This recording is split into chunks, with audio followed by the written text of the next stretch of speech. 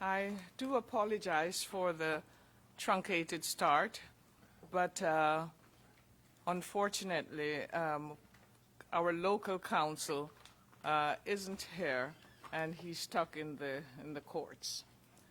So we will proceed without him. And good morning, Counsel Whitehall. Good morning, Good morning, Madam. Dr. Francis.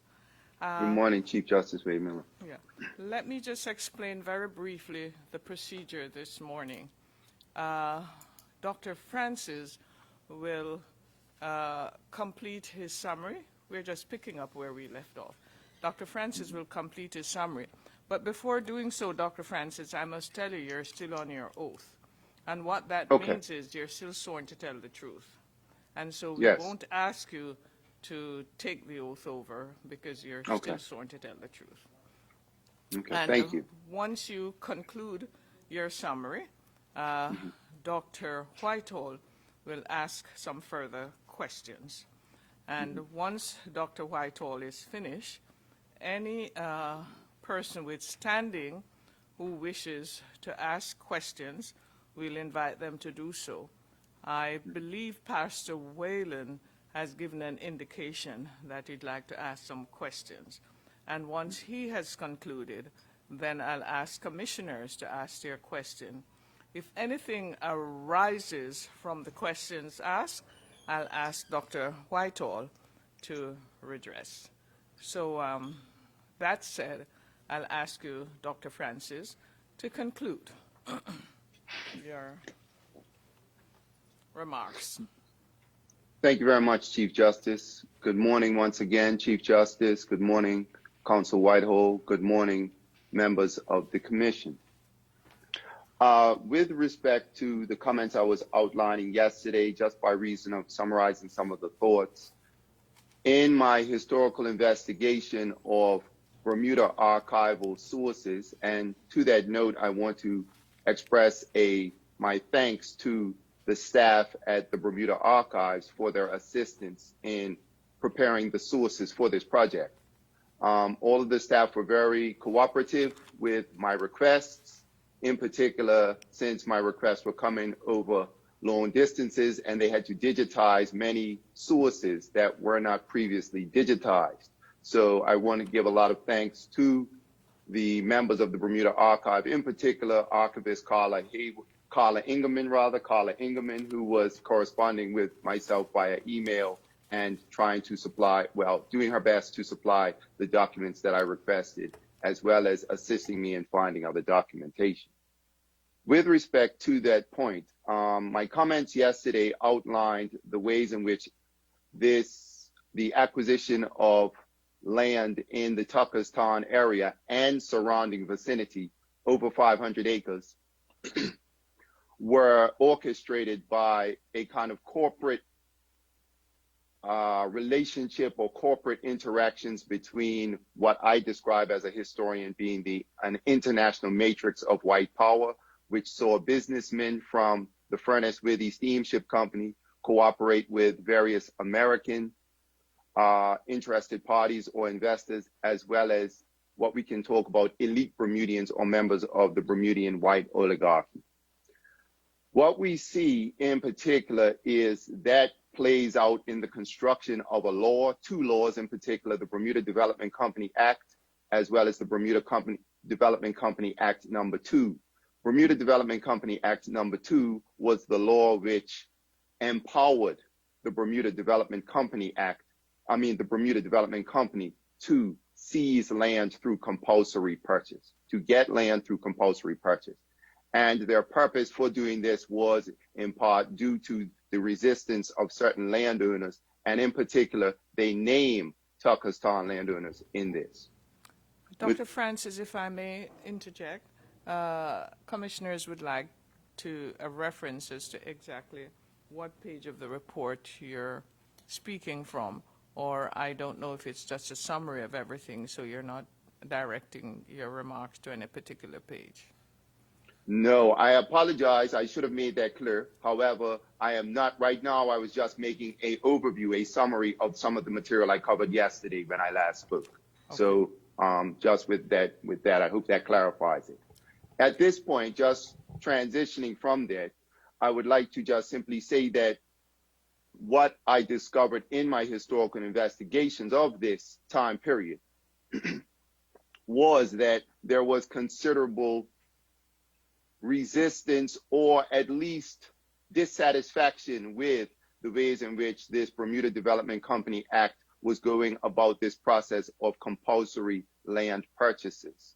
And that is part of where my research focuses on and investigating this, because I think in the broader generic narrative that exists whenever we ask about Turkestan, we're not quite sure about the degree to which this level of dissatisfaction or even resistance to the Bermuda Development Company's activities was present, or what was the nature of it. So speaking to that point, I will direct the commissioners to the section of my report, probably that begins on page 83, and I would like to maybe speak on a couple of thoughts from pages 86 onwards. So if we want a direct reference for the next couple of comments I will make, for the next couple of comments I will make, I'm making reference to the section pages 83 and onwards. I'll give you a moment.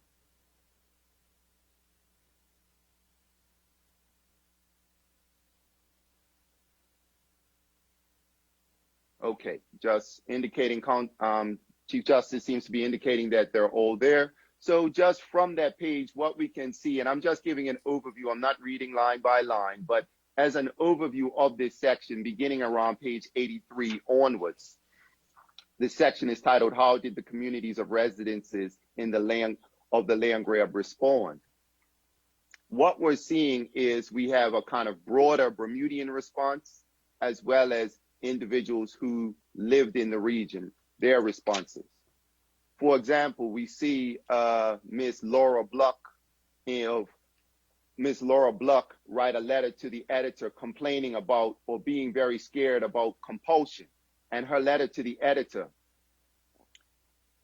outlines concerns that first it's going to be Turkestan, and then later on, these wealthy companies are going to be able to purchase larger tracts of Bermuda. And at the bottom of the page, I make reference to her letter to the editor, and it talks about Bermudians need to wake up before their rights are lost to foreign companies.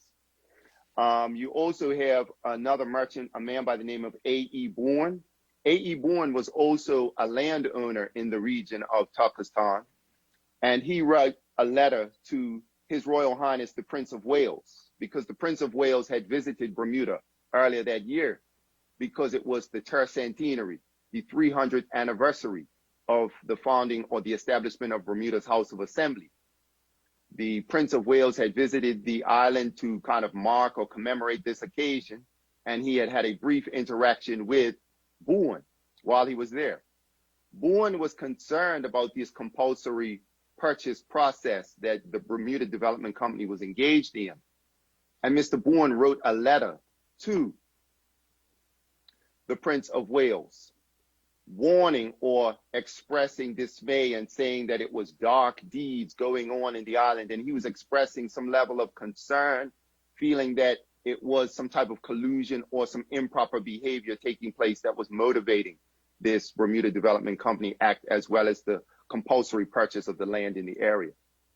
They have further tracking as far, and furthermore, that letter is also placed in the Dropbox as far as evidence, so counsel can access it. I do not remember the number off the top of my head right now. However, it is accessible. Furthermore, another example that I want to just close with or just summarize with is the example of Miss Dinah Smith. Ms. Dinah Smith, and I'm making reference to page 86 if commissioners wish to follow along, making reference to page 86 or information that begins on page 86. Ms. Dinah Smith was a resident of Turkestan.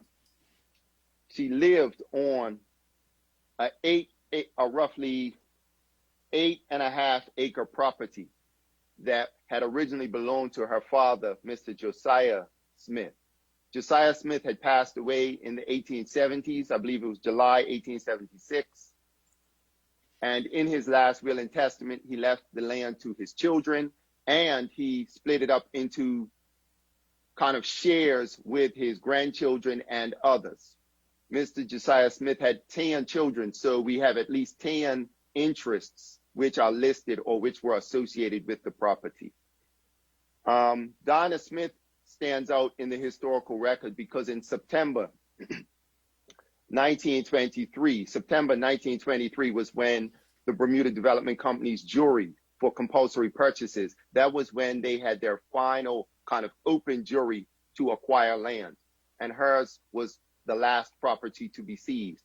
I think this is important because we have to recognize that the golf course is already open and operating at this time, as well as the clubhouse, etc.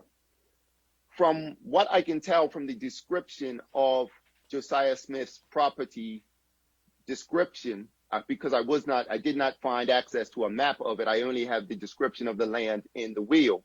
It seems to be a little ways away, nearby Tuckerstown Bay, but a little bit a ways from the clubhouse property. So it seems to be by reason of where the property was located, Miss Smith and the other residents and Benjamin Smith, her husband, who were living on that property, seemed to be out of kind of sight from the direct line of sight of the country club and its day-to-day or kind of quotidian operations. As a result, they have this final hearing for her property in September 1923, and she and the other owners, the land is assessed at $4,000, which I think is interesting too, because that value is considerably higher than what the others received, but mainly because it seems to me at this point, they seem to be trying to push her off the land and buy them out as rapidly as possible. Ms. Smith, however, does not go along with this, even though she is awarded as one of the people who have interest on the land, even though she is awarded a share of this assessment value. She remains on the property and does not sign over her interest to the property. The Bermuda Development Company then proceeds to file a case against her in January 1924, and I believe the writ of summons for the Supreme Court, I have that listed or pictured on page 85 of the report. On page 85 of the report, we see a Supreme Court writ of summons for Dinah Smith and Benjamin Smith, her husband. Page 85. Dinah Smith and Benjamin Smith, her husband. However, once again, we see this issue once again with people not really feeling like they had agency in this process. And Dinah Smith's actions seem to indicate this. She hires herself a lawyer and she proceeds to attempt to challenge the development company's compulsory acquisition of her property. This case drags out for the next several months. However, by June, she loses the case and the BDC or the Bermuda Development Company they are granted permission to exercise their right to take this piece of property and sign over, of course, the required shares of the £4,000 assessment that was granted. Mrs. Smith refuses to take the money and remains in her home. And she remains in her home until early June when a police warrant is issued to have her actually removed from the premises, And I believe I have that document listed on page 88 of the report,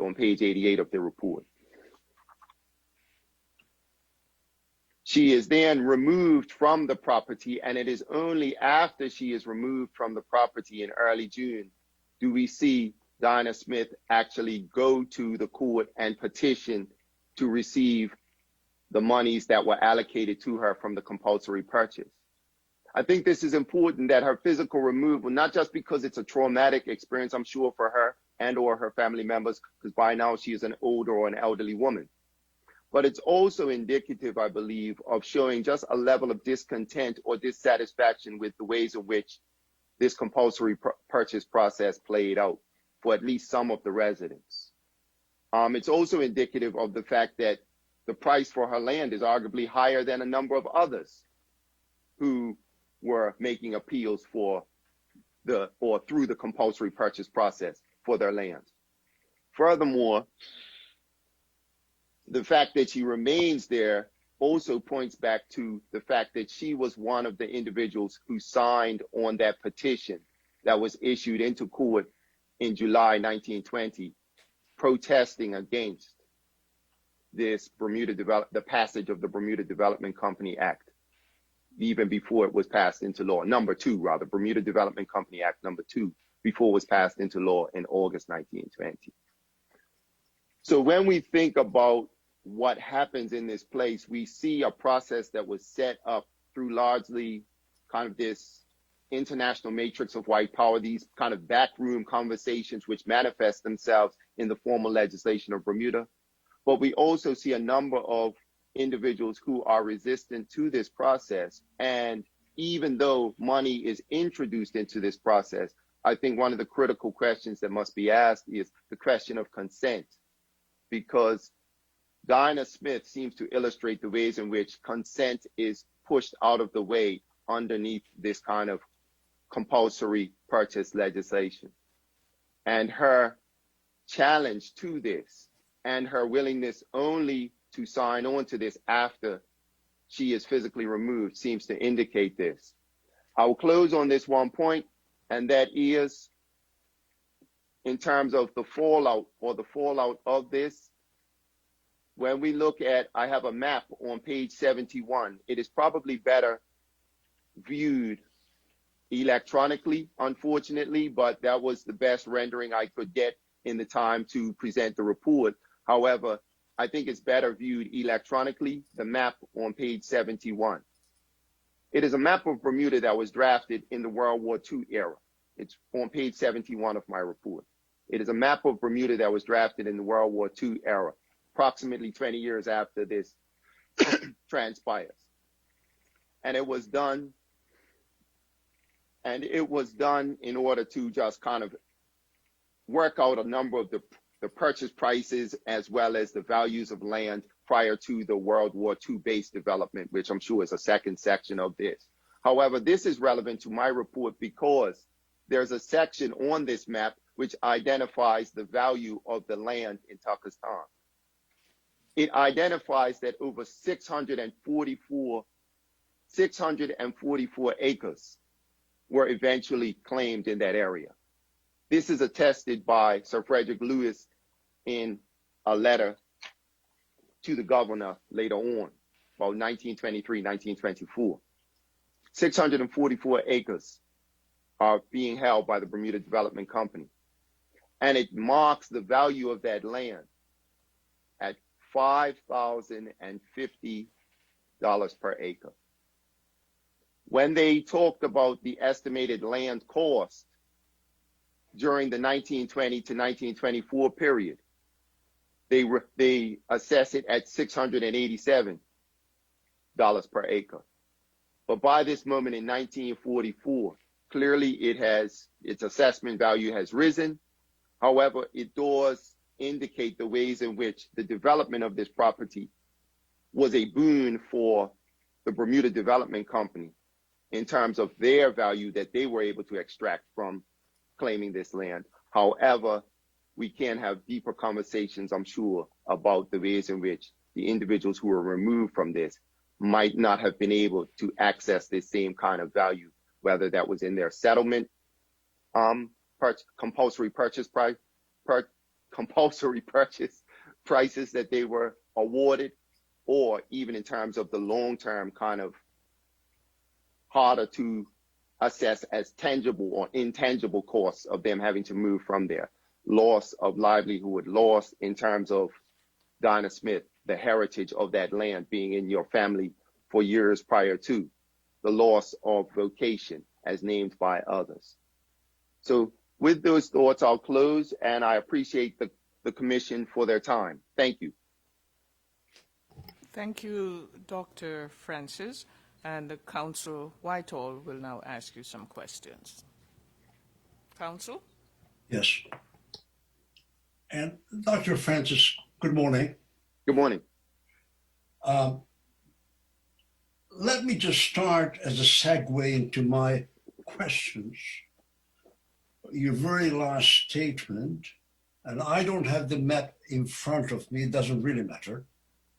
Can you tell the commission what is the date at which point the assessment of 640 acres at $550, is it? No, 5,050. 5,050, I beg your pardon, per acre was established. What's the date of that? Yes, I'm looking at the map right now, sir. Thank you.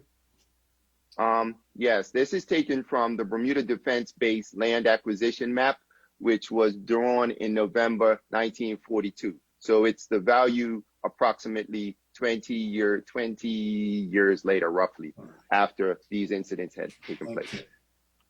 And I take that that is the aggregate value of all of the land and developments that was located on that piece of property. Yes, that's what it makes reference to. It says the property Right. was developed into a very attractive colony, fine hotel, country club, 2 18-hole golf courses, beaches, etc., about 60 lots and some unplotted acreage, so totaling, etc. Right? So what we are talking about, just so that we are clear, is the aggregate value, including swimming pools, golf courses, Subsequent country development. club, the whole 9 yards, as they would say. Correct? Correct. Yes, that's how it's Right. described. Now, can you assist the commission? How much money was invested by individuals, corporations, domestic or foreign, in that piece of property to build what we find in 1942? Do you know?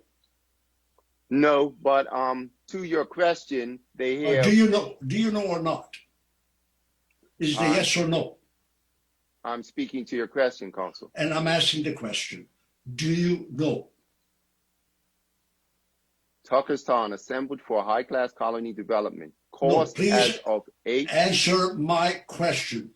Do you or do you not know how much money was invested in order to reach that figure of $550,000 by 1942? Do you or do you not know? Correction, Counsel, it's $5,050 Yes. Do per you acre. or And I'm trying to point you towards the answer to your question. Would you? I beg your patience, Counsel. My question is, do you know or do you not know? I'm trying to tell you the answer, Counsel. Well, no. First you have to tell me whether you know. Counsel, could we just give him an opportunity and let him explain what he's saying, and then we take it from there? I'm asking questions, Justice. I'm not interested in speeches. Yes, but he's not giving a speech, Counsel. Just give him a little latitude. All right. Dr. Francis?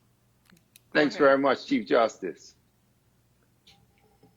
It states on the document that I supplied, Counsel, cost as of 8/31, as of 1927 to landowners. It identifies the cost. So if Counsel is interested in the investment cost, it says $509,473.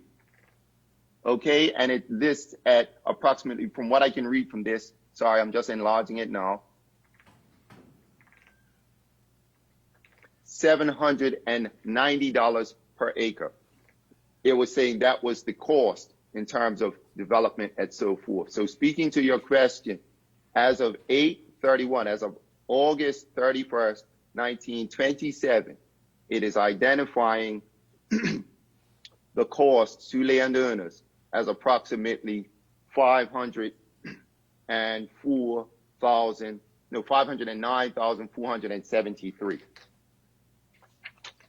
So there was, you will agree with me, that by reason of developers putting money in, the value of the property increased, both in terms of the value of the raw property, as well as reflecting the value of the improvements on the property.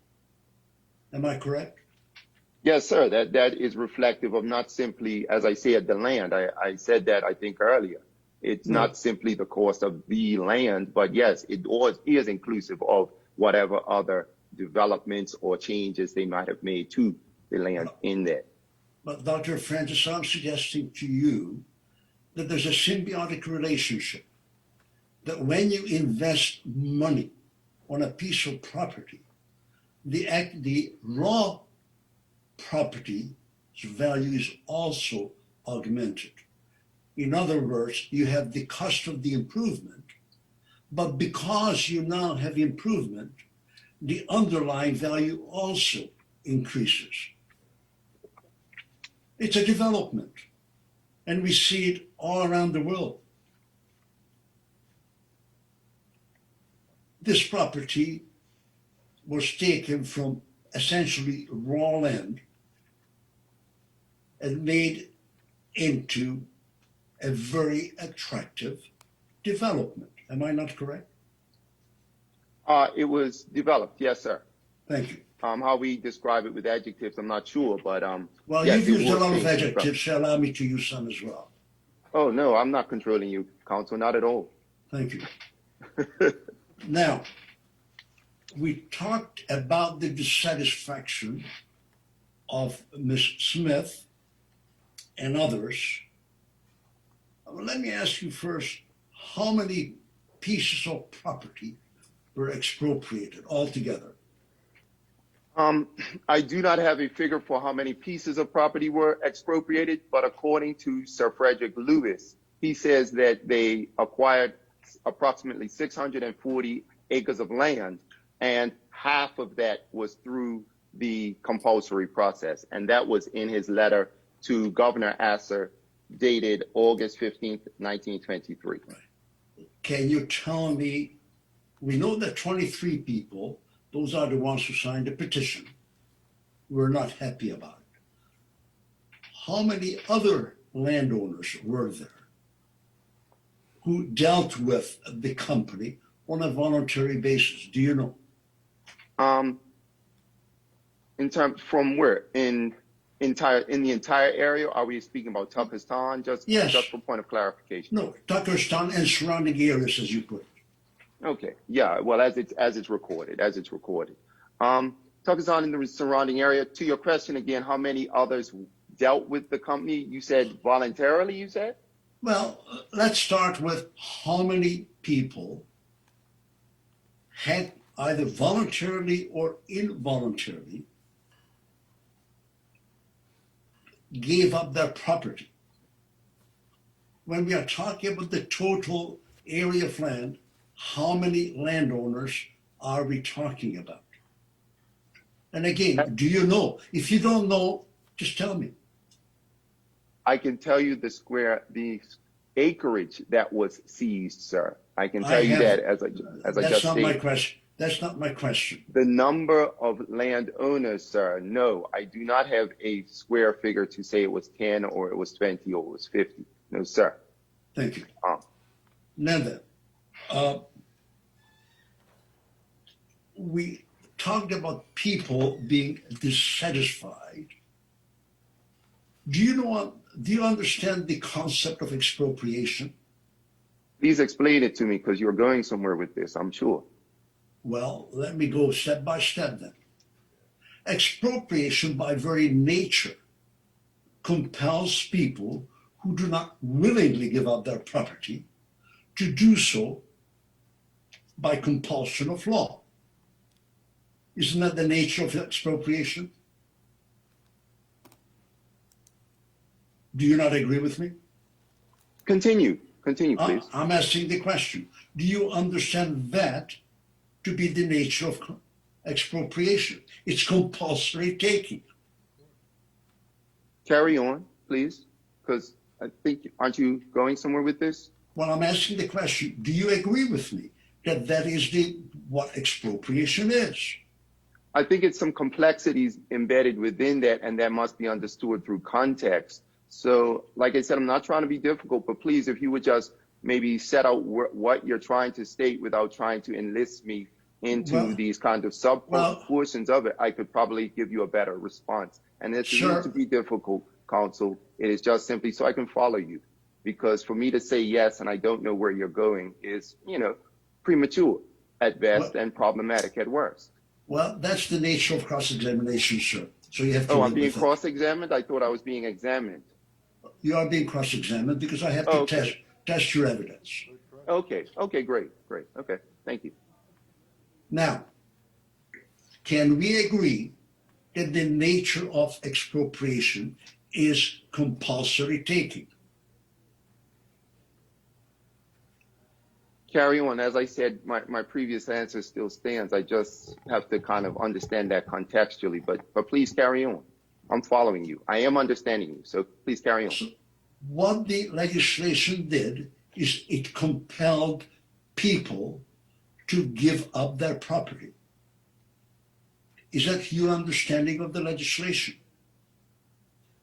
Just carry on. I'm asking a question, sir. There's an answer. Do you understand the legislation or do you not? So which question am I answering? The first one, the second one, do I understand the legislation, or the second? Well, we'll start with that. Do you understand Dr. the legislation? Francis and counsel, what he's doing, Dr. Francis, is asking you the question step by step. And so if you sort of answer each step, if in fact when he comes to the end, if you disagree, then you can round up your answer and says, no, I don't appreciate these steps that were taken because so and so and so. So okay, thank you. Okay. Thank you for your guidance, Chief Justice, because this was a little confusing. But carry on, counsel. So then my question is, do you understand what the and let me see if I have the proper name of the legislation, the Bermuda Development Land Act, is that the correct title? Bermuda Development Company Act number 2 is what empowers. Well, let's just, so as to save my tongue, if we talk about Act number 2, we'll speak about the same thing. And that compelled some landowners to give up their land. That's what the legislation does, isn't it? I believe that's what it was designed to do, yes. Yes. So it's not surprising that some people were not happy about it because they did not want to give up their land voluntarily. Correct? Remember, Carry on. Dr. That makes sense. Remember, Dr. Francis, we can't nod because counsel won't see the nod or we won't know the nod. Just answer yes or no or any amplification. Yeah, the answer has to be on the record, sir. Oh, yes. And the record doesn't take notes. I see it, but the record doesn't. Okay, yes. To your previous question, yes. Thank you. So when you say that these property owners were unhappy, that's tautological because the legislation had to be put in place because some people were not willing to give up their property voluntarily. I think that's kind of where we maybe diverge because you said the legislation had to be put in place. If they wanted, sorry, let's finish the answer. Because it assumes a kind of necessity for this project in and of itself, which I'm just saying that, at least to a hearer. I'm not sure if that was your point, but it assumes a kind of necessity for this project. It had to be put in place because, no, it was a request. If we read the Bermuda Development Company's petition, it was a request because they found opposition to the private project that they were engaged in. And they made a legal request using the channels at their disposal in 1920 to ensure that this legislation came down. But in terms of it had to be. I mean, we can have some questions about whether or not it had to be. Well, it may be that it was not wise for the legislature to pass the law. But to the extent that the legislature agreed that this was a policy or a project worth supporting, the only way, well, let me rephrase that. The only way you could compel the owners of land who didn't want to sell is by legislation. That's the nature of a country that's governed by the rule of law.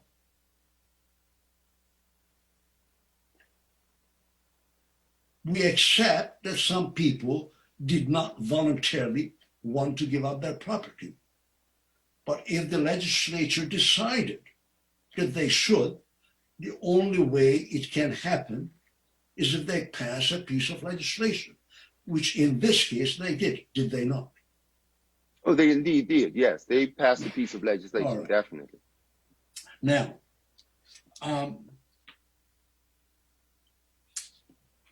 and just to, and then I'll move on to another subject. But again, just to focus on Mrs. Smith, she had available to her the courts of law of Bermuda to express her dissatisfaction. And at the end of the day, she was removed from the property because of an order of the court. Yes, she was. Thank you. Thank you. Now, let's just move to some more broad topics. And I was talking to you yesterday. You were? About, yes, or the day before yesterday. Okay, yes, day before yesterday. Seems like yesterday. About the gross national product of Bermuda. You recall that? Yes. Supplied you some figures with that, yes. Thank you. And fair to say that in the main, there were three industries or three drivers of the economy of Bermuda. Agriculture. I'm informed that there was a Navy was the other, or shipbuilding or repair of ships, naval ships. Servicing. Yeah, well, servicing the Navy industry. The Navy. That included dry goods supply to the people who were stationed here, Right. as well as people working in the dockyard, and a variety of services that we can group under that umbrella. Right. And the third one being tourism of one kind or another. Yes. Now,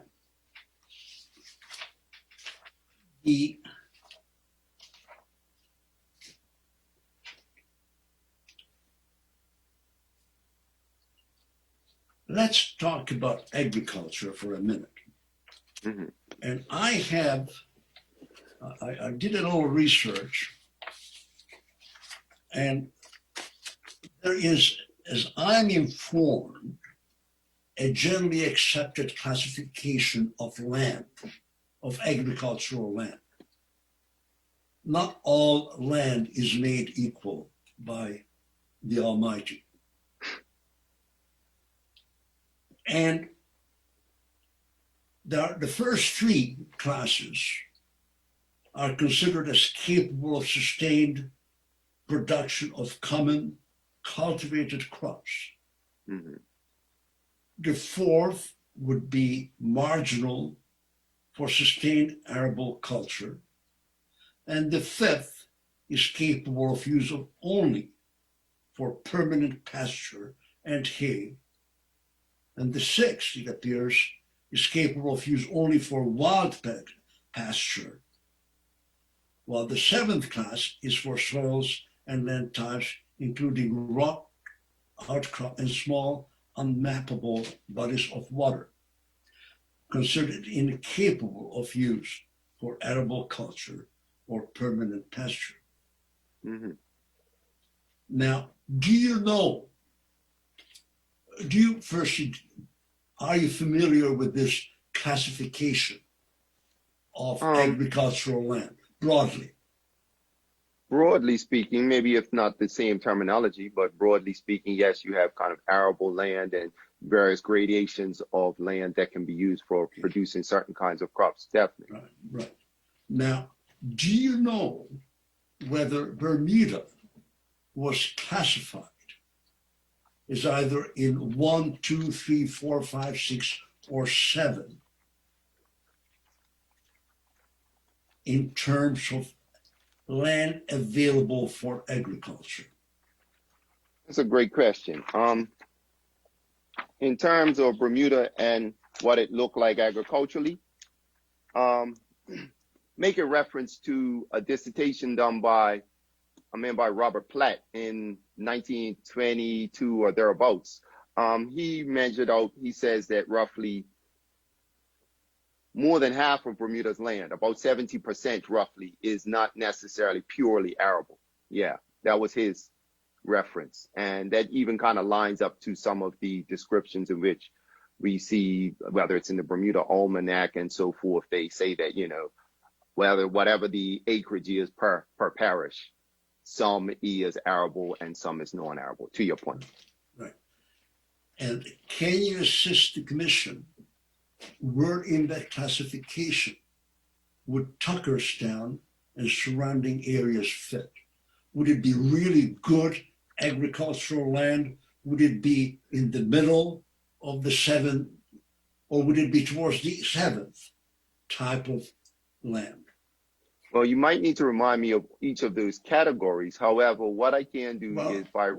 Let's just say number 1 is very good. Very good arable land. Okay. Number 4 and 5 is middling.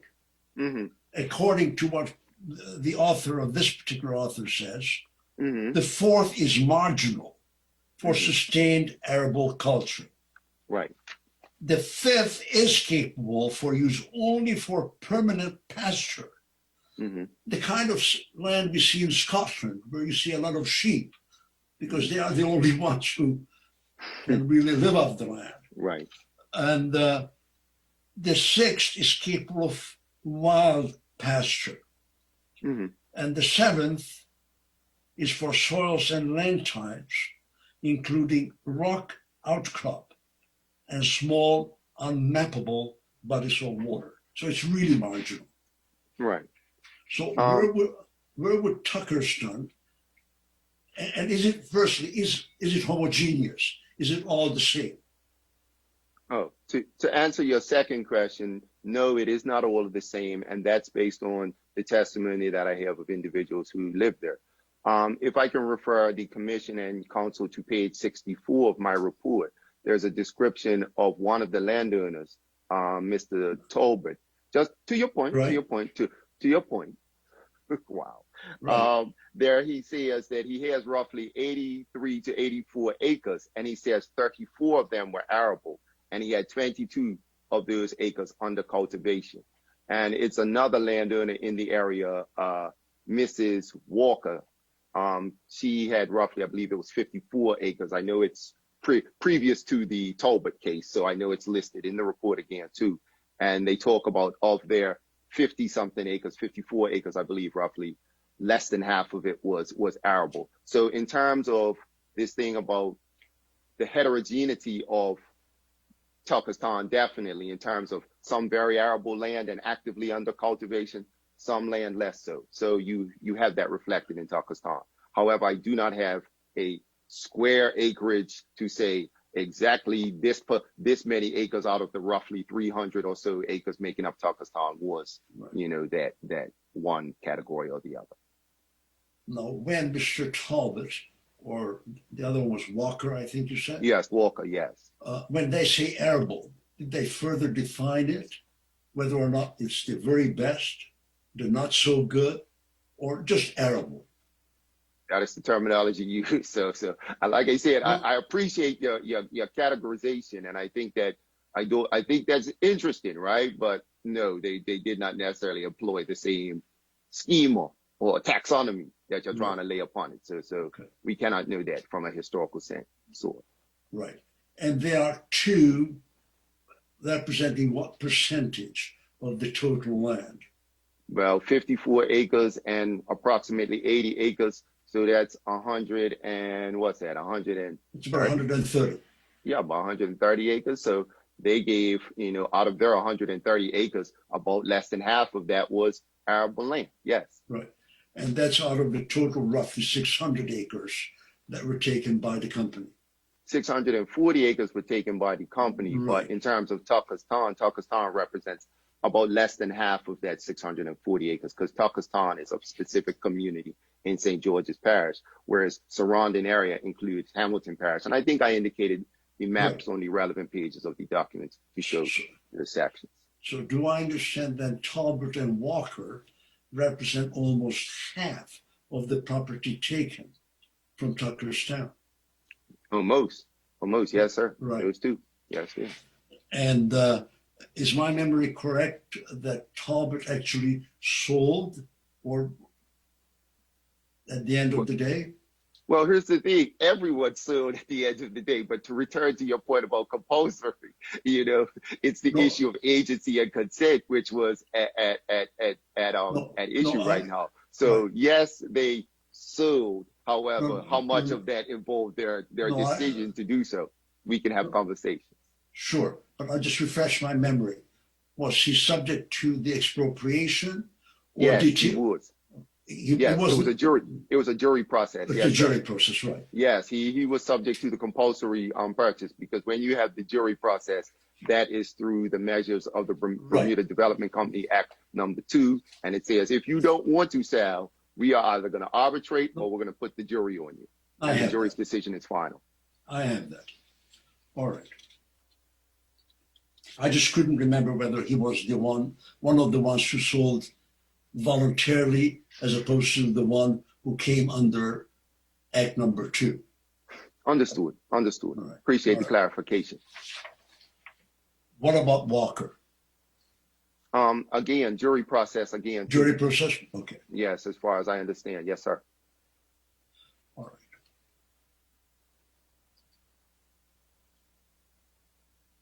Now, 1920 is kind of a remarkable year, is it not? It's just a year after the Treaty of Versailles, which was sort of the treaty to end all the great wars, according to Woodrow Wilson, at least. Right. How long was he?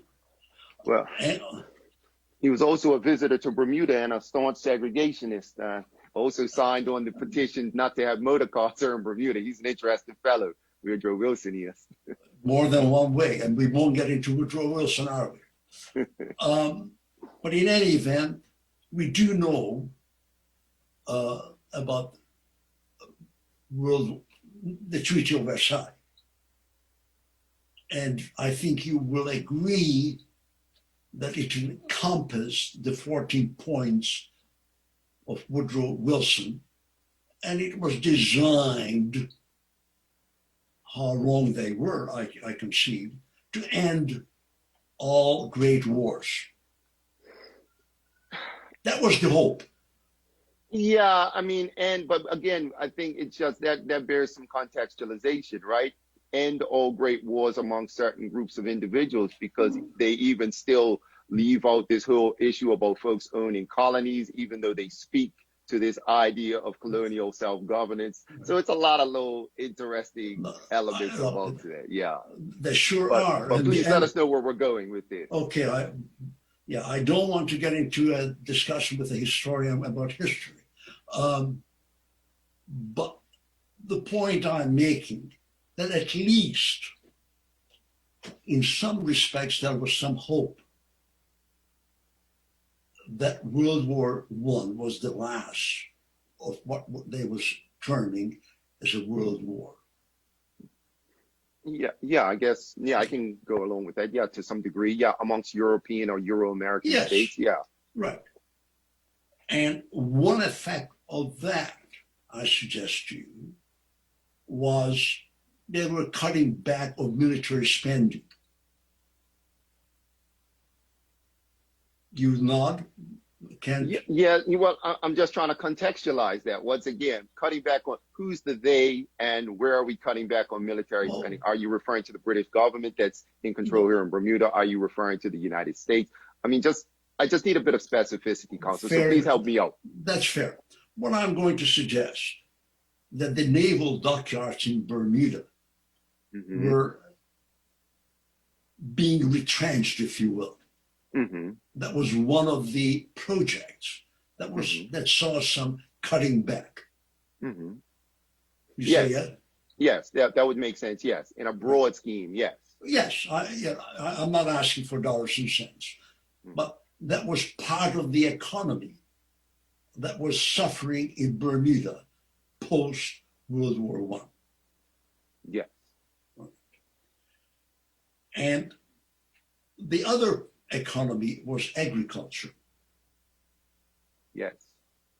And I'm going to suggest to you, sir, that Bermuda had two problems after World War One. One was for export purposes. One was the availability of a shipping line, a reliable shipping service to get its product from Bermuda to a foreign market. Yes. That was an Yes. issue. Yes, that makes sense. Carry on. The other issue was, as I understand, that farmers in the United States started to compete with Bermuda, growing onions and whatever else Bermuda was producing. So that was competition. Yes, yeah, competition, yeah, but that's some competition that was been there. But one of the critical differences we're also seeing is the ways in which the railroad in the United States was becoming a bit better connected. So it was an ability of Southern farms to maybe transport their goods and products to northern markets in the states as well too. So that was also another factor. You also have another factor of U.S. agricultural tariffs. But I think what's interesting with U.S. agricultural tariffs is most of them start to peak or become very kind of prohibitive in the latter 20s and into the 30s, interestingly enough, right? But carry on to your point.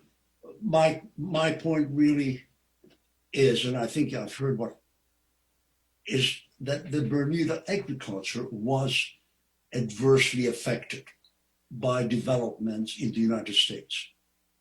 Yes, yeah, that it was challenged. Right. So, tourism, being the third driver of the economy, was also challenged. Yes. So I'm going to suggest, and let's get away from characterization. We can agree, I think easily, that in 1920, the leading commercial people in Bermuda were white. True. And they were concerned for their own purposes, but their own purposes also affected the economy of Bermuda as a whole because of these challenges. Yes. And as you pointed out, one of those merchants, commerce, I'll just call them merchants, went to New York to see if they can negotiate some shipping agreement. Yeah, it was a handful of, not one of them. It was Sperling, Bluck, and J.P. Hand. And they would have been part of the elite, if you will, the leading commercial people in Bermuda. Yes, they would be representative of that. Yes, Bluck, I believe, a former mayor, and Right. Stanley Sperling, head of the Trade Development Board, et cetera, Hand involved in hotelier and tourism business. Yes. And if I suggested to you that it was not unnatural for them to go to New York to see if they can make a deal, That would be reasonable because New York was much closer than London or Paris or any other part of the world. I mean, New York is not that far from Bermuda. But it's also previous reasons by which in before World War One, they also, that was one of their major trading hubs as well too, was the export of products to the New York market. So that was the primary reason for going to New York as well too. That was a primary market of agricultural export. So it was a natural place to go. Yes, it was, yes, a real area they had trade relationship with already. You even have, for example, you have A.E. Otterbridge. He was actually a Bermudian, white Bermudian, but who also had trade, who also was a steamship agent up there in New York area. You know, so pre-existing connections as well as the base for export products. And New York in the 1920s, and probably still is a major source of capital for the world. Agreed. Back in the 1920s, we did not have the Chinese having a Belt and Road Initiative, right? So that was that did not exist. Right. The middle, the Middle East states who now have a wealth of oil did not have that kind of capital back in the 1920s. Correct? Because the oil industry just kind of started.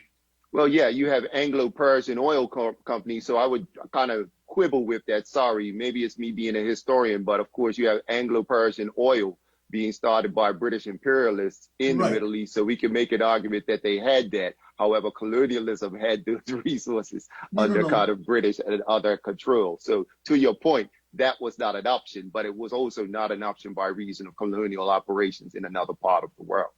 Well, the point is that the oil fields had to be developed.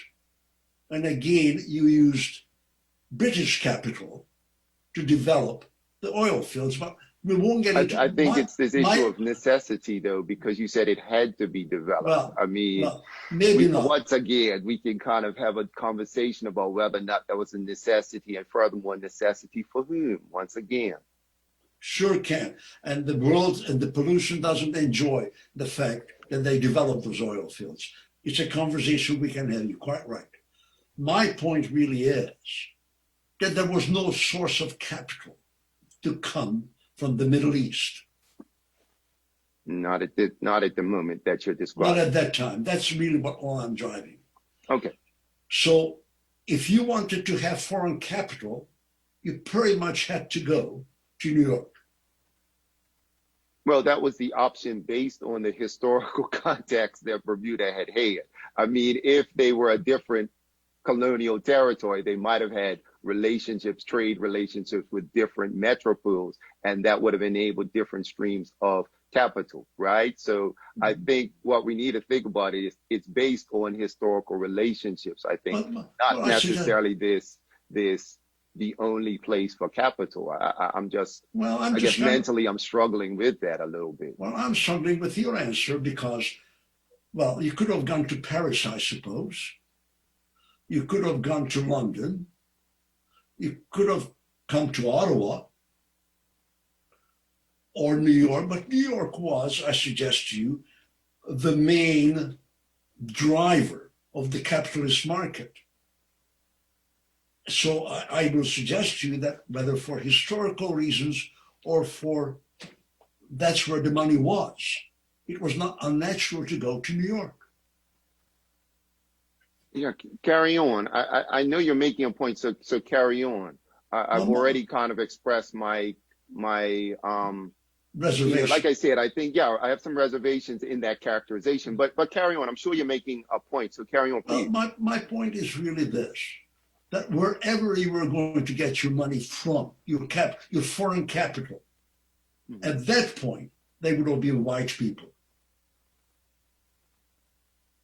Who's the you? You mean whoever Bermuda was Bermuda. good? Yeah. Well, again, too, sir, this thing about where one gets capital is based upon the governance structure. And again, and this isn't to quibble, but it's just to actually state a very plain fact. These relationships which are being formed, they predate the decision to go and quote, quote, get capital. Second of all, it was 1919. It's November 1919, what we're talking about. We're not talking about the 20s writ large. We're talking about November 1919, the year after the end of the World War I. And these guys go, Block, Sperling, and Hand, choose to go or are sent to go to New York based on pre-existing relationships with that place as a trading center. Furthermore, the fact that they're in a position to go and so-called represent Bermuda, the electorate in that time of 1919 is roughly 1,400 people.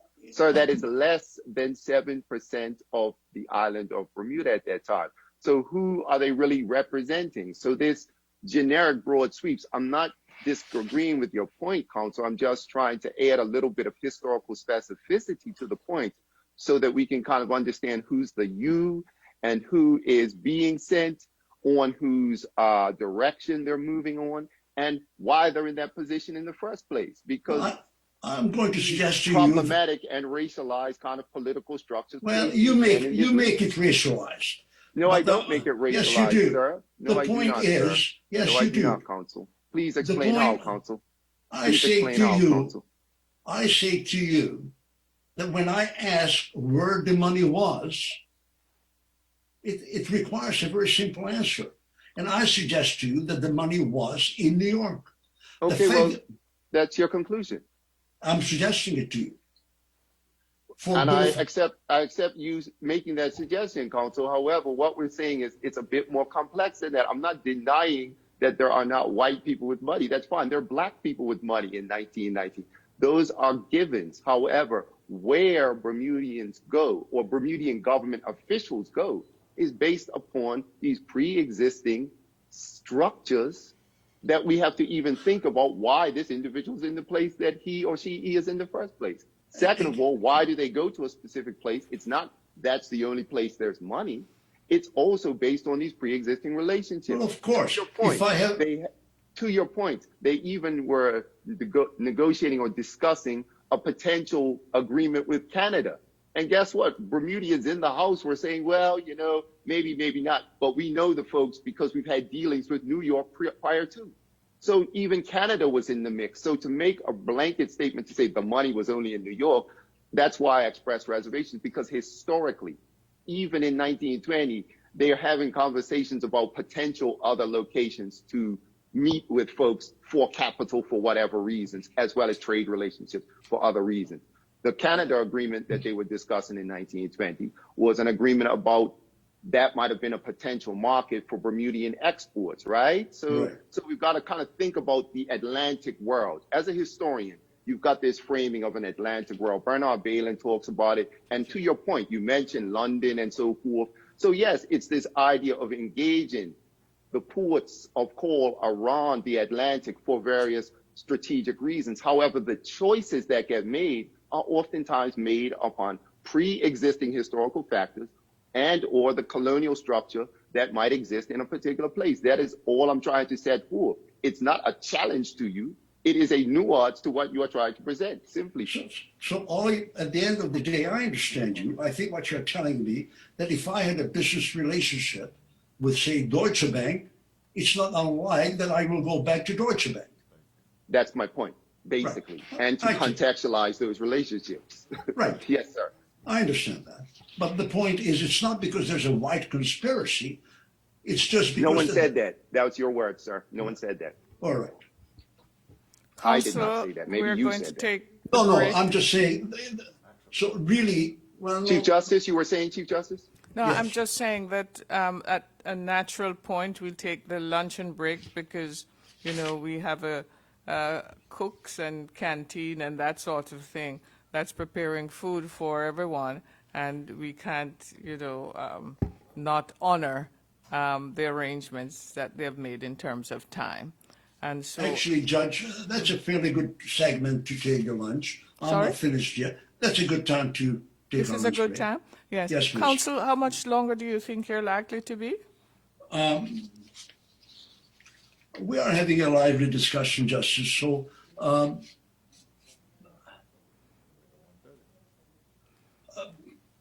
probably a half an hour. Yes, not carved in stone, but probably a half an hour. Right. Okay, very well. We'll resume then at 1:30, is it? Yes, I see 1:30. Secretariat nodding to me. 1:30 on my time, which is 12:30 your time. Is that Right. good? Okay, 1:30 Bermuda time? Yes, which is Thanks 12. very much. 11:30 your time. And Got it. okay, very good. All right, thank you. Thank you. Thanks Have a very good much. lunch. Thanks, Commission. Thank you.